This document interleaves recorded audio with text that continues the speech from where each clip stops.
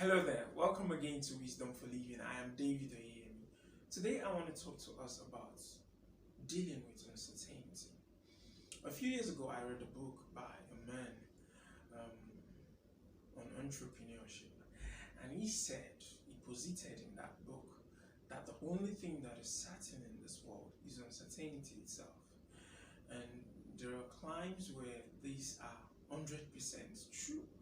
But I also think that generally in life, uncertainty is the thing that is certain in this physical world, in this earth dimension.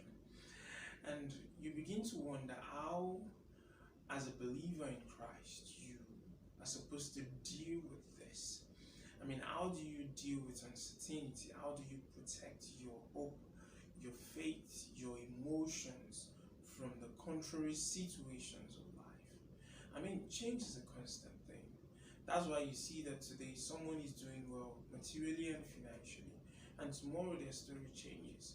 Someone has a job today, and tomorrow they're out of job. And you begin to wonder, how do people deal with these things? How are we supposed to deal with situations like this, especially as believers in Christ? I've thought about this, and I am convinced that the only way you can handle the situations well and live above the vicissitudes of life is to live from within. The best way to cope with these changes is to live from within, because as long as you remain on earth, you will always have, these changes happening every now and then. So it is not about what happens to us, it's how we respond to it. Our best response will be to live from within. And what do I mean by that? As a believer in Christ, the riches of God's inheritance in you, they are not physical, they are not material, they are not out there, they are in you in Christ. And if you understand and you are enlightened about the riches of God's inheritance in you, you'll be able to respond to life situations from there. And when you do that, your response will not be usual. When I talk about this, it just brings to mind the response of the Apostle Paul and Silas. After casting out that strange spirit from that young lady, they were dragged, they were beaten, and they were thrown in prison.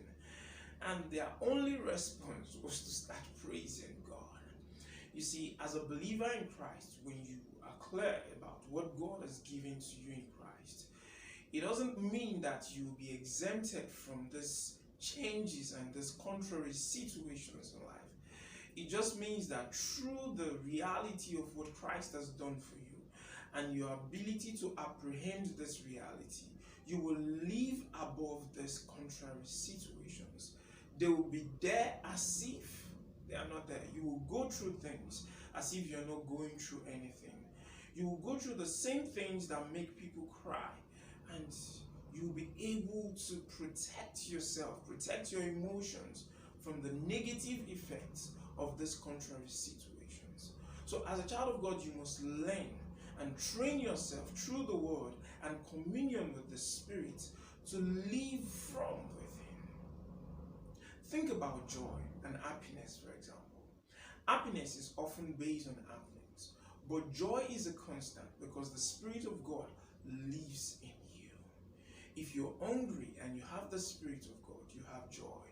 If you don't have money and you have the Spirit of God, you have joy. Joy is never based on outward circumstance. And this is one of the greatest blessings that God has given to us. Having joy that is not subject to outward circumstance. Apostle Paul also spoke about, the peace of God that surpasses all understanding. I mean, you are calm when you're not supposed to be calm. You are full of joy. You are expressing joy. You're exuding joy when things around you suggest that your emotion or your response should not be joyful. The key to living above the contrary situations of life, the key to living above the vicissitudes of life, is to live from within. And as a child of God, it is not optional. You have to train yourself to live from within.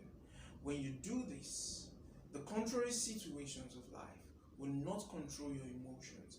They will not affect your hope, and they will not affect your faith. I want you to think about this as you start your week. I'll see you again next week. Don't forget, God has blessed you.